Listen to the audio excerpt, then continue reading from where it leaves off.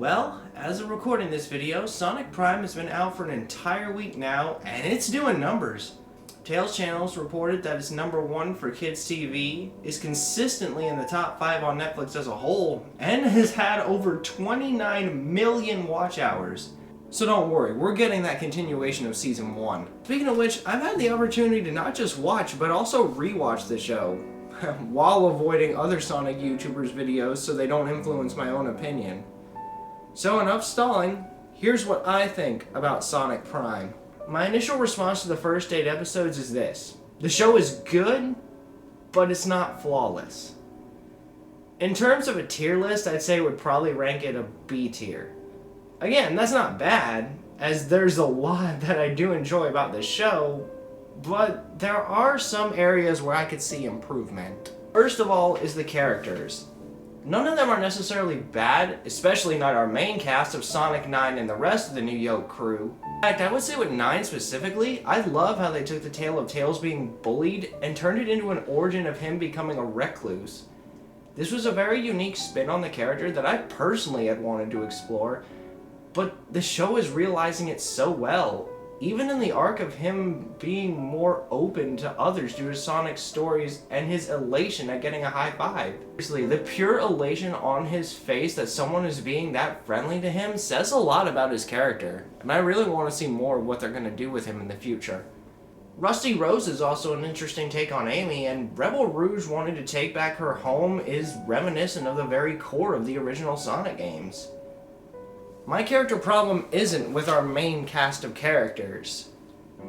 It's with the other versions of these characters.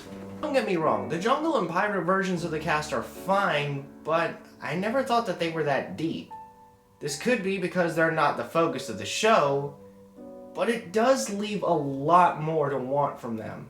Based on how the Shadowverse was formed, or was described to be formed in the end of episode 8, I feel like these characters could have benefited from all having a specific personality trait based on the original character that they're based off of.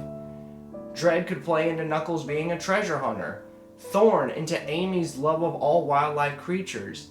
The pieces are there to make something like this happen, but it's never expanded on enough to make us care about these characters again after Sonic leaves their universe.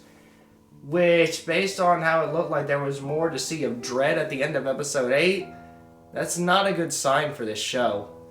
There's also a small moment I want to bring up from episode 6, Situation Grim. At one point, 9 returns and saves our Sonic crew, but disappears with Sonic to a location called the Grim.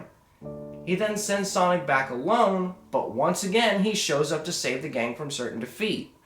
The fact that they did it twice in the same episode, not even 10 minutes apart from each other, really just left a sour taste in my mouth. Especially since the entire point of him coming back again is because the plot needs him to, so that the villains, the Chaos Council, which honestly some of them are quite forgettable. I think Mr. Dr. Eggman is probably the best, but that's only because he's based on the original Dr. Eggman. The only one who even comes close is maybe Dr. Deep? I don't know, they just kind of seem like wasted potential. Still, the only point in 9 returning again for the second time is so the villains can take control of his tech and use it in their attempt to take over the Shadowverse. I feel like 9 coming back for a second time was just lazy writing, and it could have been avoided with just one easy fix. In that scene where Sonic homing attacks the Badniks to get up to 9's plane, and then 9 takes him away to have a talk, all you had to do was avoid 9 leaving and instead just have him explain what he found while showing the audience, but it's implied he's telling Sonic about this adventure. It would allow him to be there once and just continue the same battle all at the same time, so you would avoid the lazy having to bring him back. It would flow a lot more smoothly and would just feel like a more natural progression of events. All in all, this show is good. The action is stellar. I mean, just go watch that fight scene in episode 3.